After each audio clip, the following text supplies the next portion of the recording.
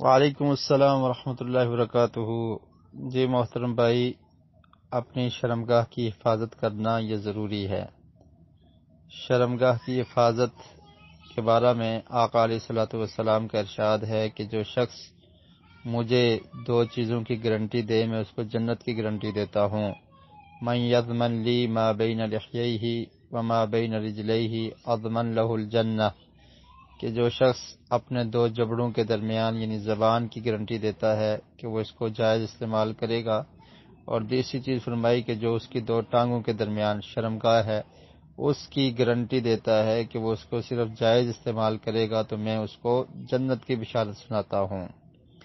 شرمگاہ کا استعمال جائز جو ہے وہ شادی کی صورت میں موجود ہے۔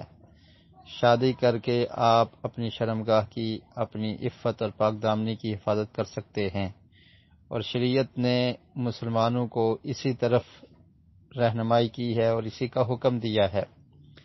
نبی کریم صلی اللہ علیہ وسلم نے نوجوانوں کو یہ حکم دیا کہ اے نوجوانوں کی جماعت، تم لوگ شادی کر لو، نکاح کر لو، اور جو شخص تم میں سے نکاح کی استطاعت نہیں رکھتا یعنی مالی اعتبار سے وہ کمزور ہے، نکاح کے وسائل نہیں ہیں، تو اسے جو دوسرا راستہ بتایا ہے وہ روزے رکھنے کا بتایا ہے کہ وہ روزے رکھ لے۔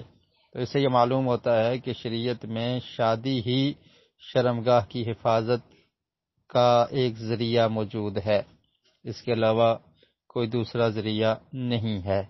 اگر ہوتا تو آقا علیہ الصلوۃ والسلام بتا دیتے۔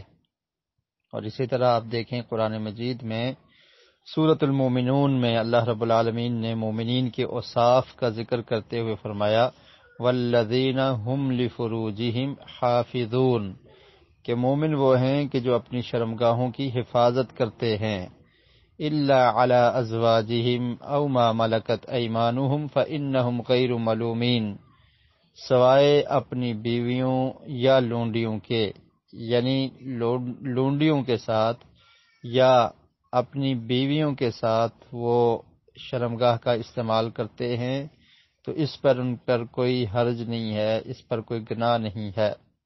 لیکن اس کے علاوہ کوئی بھی راستہ اختیار کر لیا جائے تو وہ راستہ درست نہیں ہے۔ وہ ہاتھ سے مشتزنی کرنا ہو، اس کے علاوہ کوئی دوسرے طریقے استعمال کرنے ہوں تو وہ درست اور جائز نہیں ہیں۔ اللہ رب العالمین نے ارشاد فرمایا والذین هم لفروجہم حافظون الا علی ازواجہم او ما ملکت ایمانہم فانہم غیر ملومین، اور اس کے بعد فرمایا فمن ابتغى وراء ذلک فاولئک هم العادون۔ فرمایا اس کے علاوہ یعنی بیویوں اور لونڈیوں کے علاوہ اگر کوئی شخص کوئی راستہ اختیار کرتا ہے تو وہ زیادتی کرنے والا ہے۔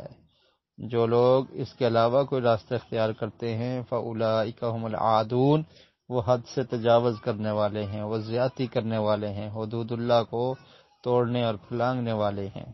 تو یہ عمل ہاتھ سے پانی کو نکالنا، مشتزنی کرنا، یہ درست نہیں ہے، یہ حرام ہے، اس سے بچنا چاہیے۔ اگر کوئی نوجوان اس معاملے میں پریشان ہے تو اس کے لیے دو حل ہیں۔ ایک حل یہ ہے کہ وہ شادی کر لے، اور اگر شادی کی وہ ابھی استطاعت نہیں رکھتا تو وہ پھر روزے رکھ لے۔ روزہ رکھنے سے اس کی شہوت میں کمی آ جائے گی۔ اللہ رب العالمین ہمیں عفت اور پاک دامنی نصیب فرمائے۔